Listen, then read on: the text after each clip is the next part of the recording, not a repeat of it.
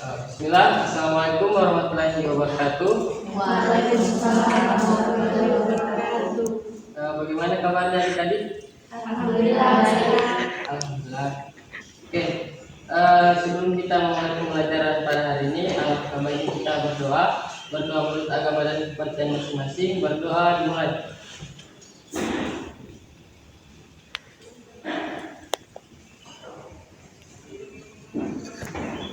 Berdoa selesai. Oke. Nur Aulia Fitri, Iis Kusnatini si Dewi Nur Fadila, Rizky. Ini apa?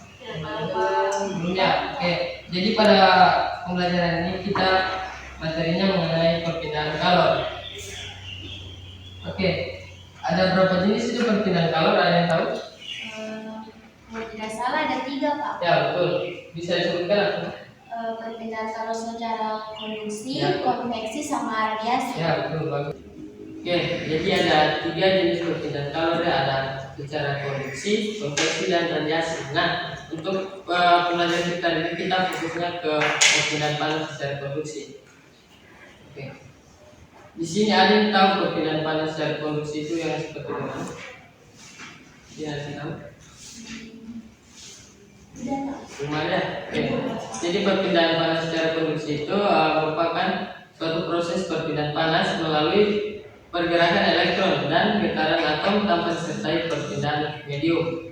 Nah, fenomena ini biasanya terjadi dalam bahan yang berbentuk padat, cair, dan gas ketika ada perbedaan temperatur atau suhu. Oke. Ada beberapa faktor yang mempengaruhi perpindahan panas secara konduksi ini. Yang pertama ada sifat material, kemudian ada gradien suhu dan waktu.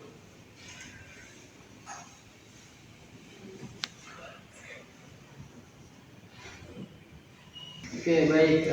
Jadi di sini ada beberapa pengaplikasian perpindahan panas secara konduksi. Untuk itu Bapak jelaskan kembali apa itu kalor. Jadi kalor itu adalah merupakan suatu bentuk energi yang berpindah dari benda yang bersuhu tinggi ke benda yang bersuhu rendah karena dipertemukan atau bersentuhan. Nah, dengan secara garis besarnya bisa kita katakan bahwa kalor itu merupakan perpindahan suatu panas karena adanya perbedaan suhu. Oke. Untuk pengaplikasiannya sendiri, yang pertama untuk di peralatan rumah tangga itu ada panci, kompor, dan setrika yang memanfaatkan perpindahan panas konduksi. Kemudian yang kedua ada di bidang industri. Perpindahan panas konduksi itu digunakan dalam proses pemanasan, pendinginan komponen komputer. Oke. Mungkin itu tadi materi yang Bapak jelaskan mengenai apa itu jenis kalor, kemudian apa itu kalor, pengaplikasiannya, kemudian ada faktor-faktor dan contoh kasus perpindahan panas ke konduksi. Nah, untuk itu Bapak akan membagikan kelompok untuk mengerjakan sebuah KPD. Bapak akan membagi 2 kelompok.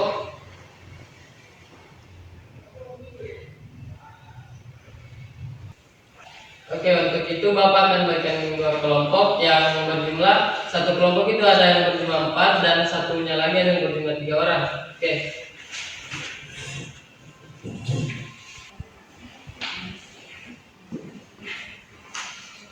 Oke.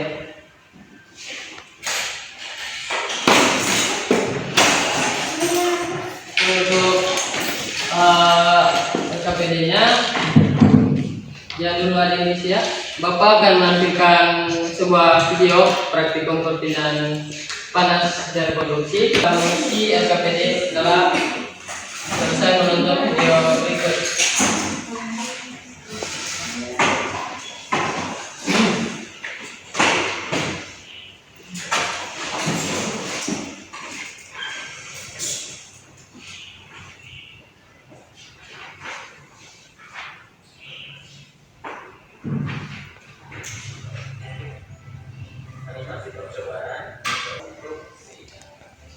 Bisa didengar?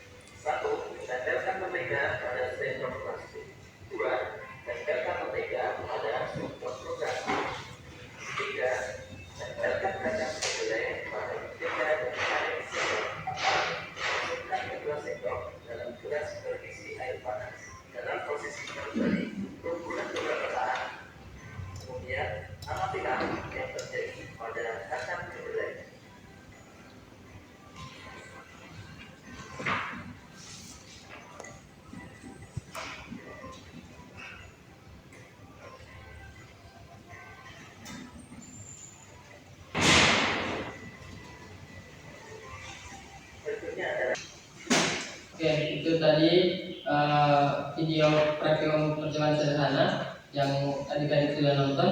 Kemudian Bapak akan menjelaskan sedikit prosedur pengisian LKPD-nya.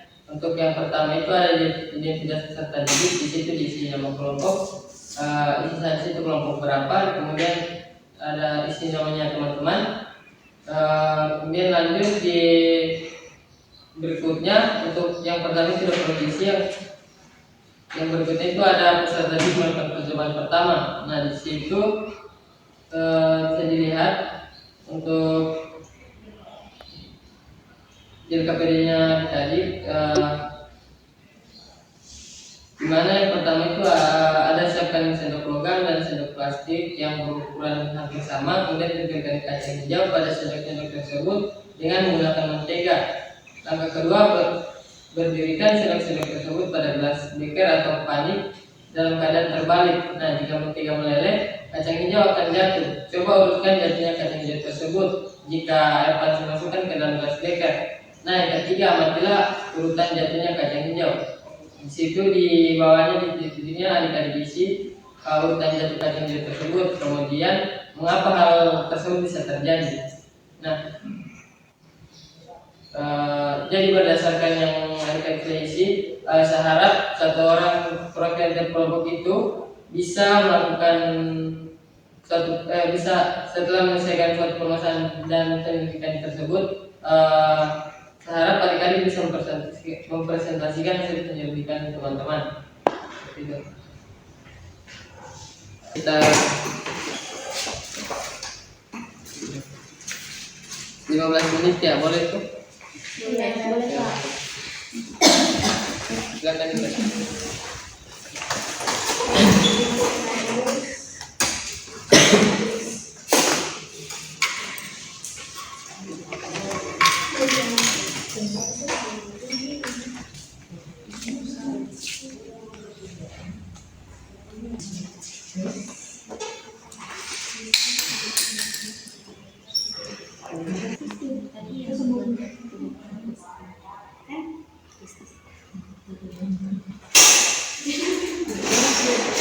Siti Aisyah. Sah atau Syah?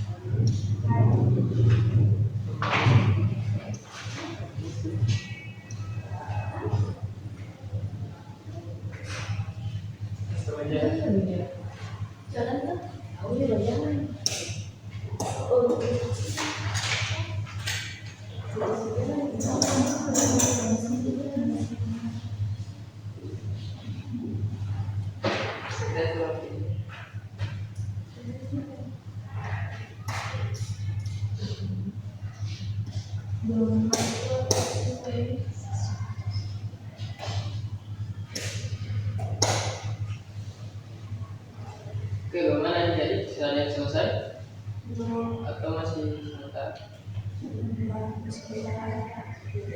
Ada kesusahan?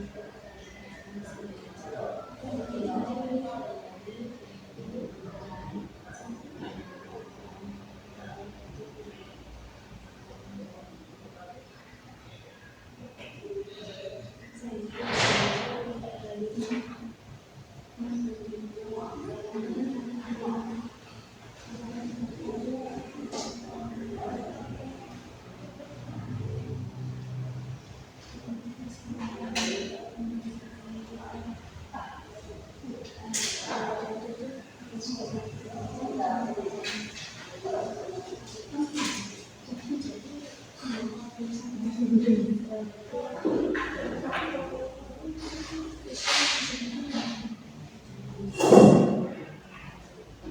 selesai.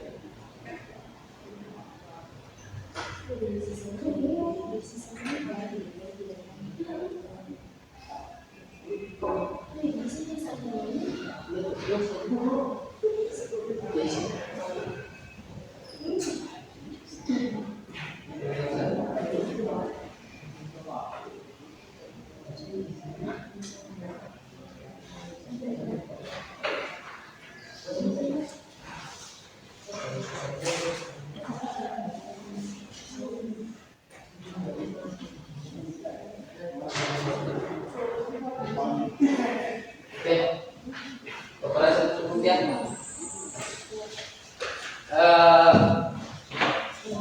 Kelompok yang mau melanjutkan, kalau kita kelompok setelah Bapak minta untuk presentasikan.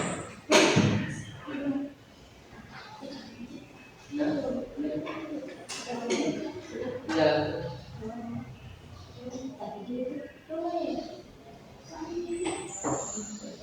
Ayo, kita bisa. Ya. Oke, meja. Perkenalan nama dengan kelompok. Baik, saya dari kelompok 1. Perkenalkan, nama saya Nur Faida. Jadi sesuai dari video yang Bapak tampilkan tadi, untuk masalah tentang pernikahan kalau secara kondusi, untuk soal pertama yaitu tulislah urutan jatuhnya kaca hijau tersebut. Jadi menurut kelompok kami, urutan jatuhnya kaca hijau tersebut itu terletak pada gelas yang berisi air panas yang memiliki yang terdapat sendok logam.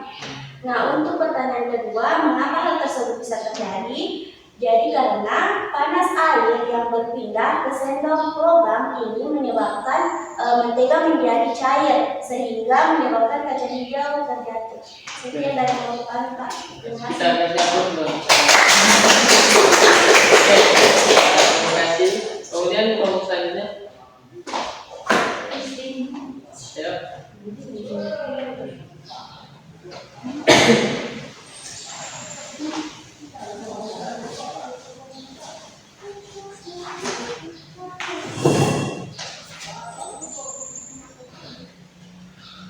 Ayo, kelompok 2. Ya.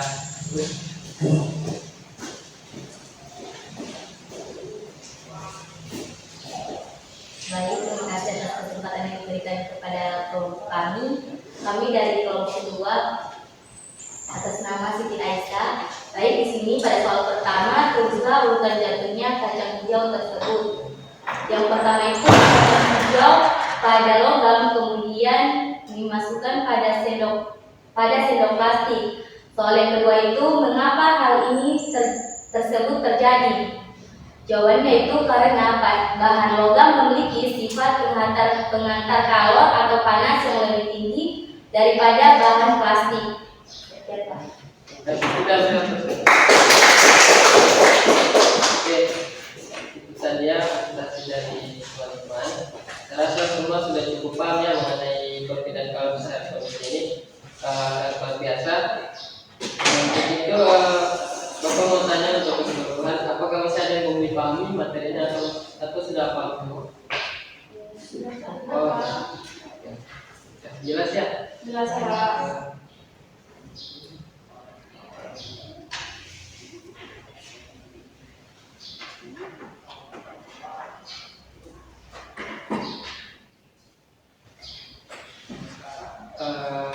Saya kira pertemuan kita hari ini sudah selesai ya, sudah cukup. Untuk itu Bapak mau kasih soal 2 nomor untuk dikerjakan di rumah. Baik, Pak. Untuk soalnya itu bisa dicatat, Bapak akan dicek.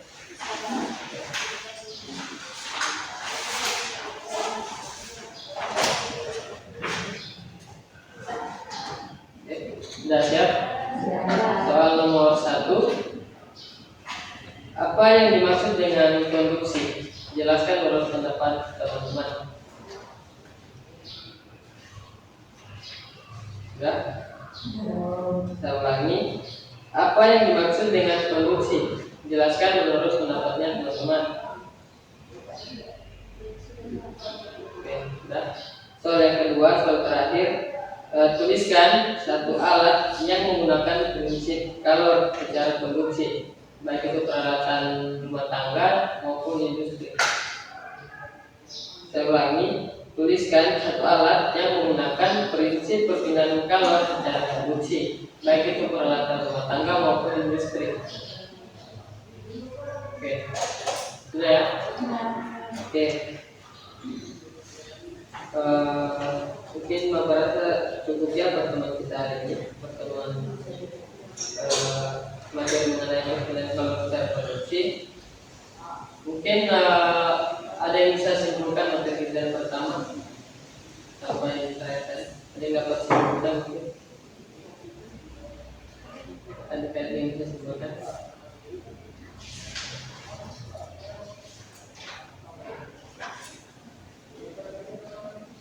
Mungkin simpulkan saja. Jadi materi kita tadi itu materi mengenai kalor. Kalor itu merupakan suatu bentuk energi yang berpindah dari benda yang bersuhu tinggi ke benda yang bersuhu rendah karena adanya pertemuan atau bersentuhan.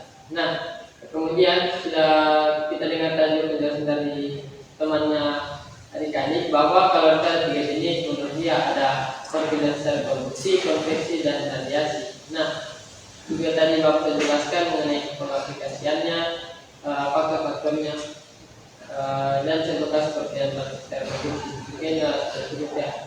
Jadi Bapak harap untuk pertemuan berikutnya ke depannya itu adik-adik lebih semangat lagi untuk belajarnya dan giat lagi.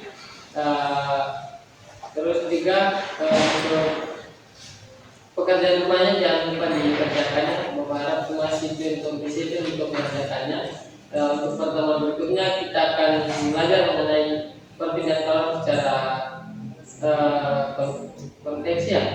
Karena tadi kita belajar mengenai konduksi. Oke, Bapak rasa cukup sekian. Untuk itu kita berdoa dulu untuk pulang agar kita selamat sampai di tujuan masing-masing. Berdoa dimulai.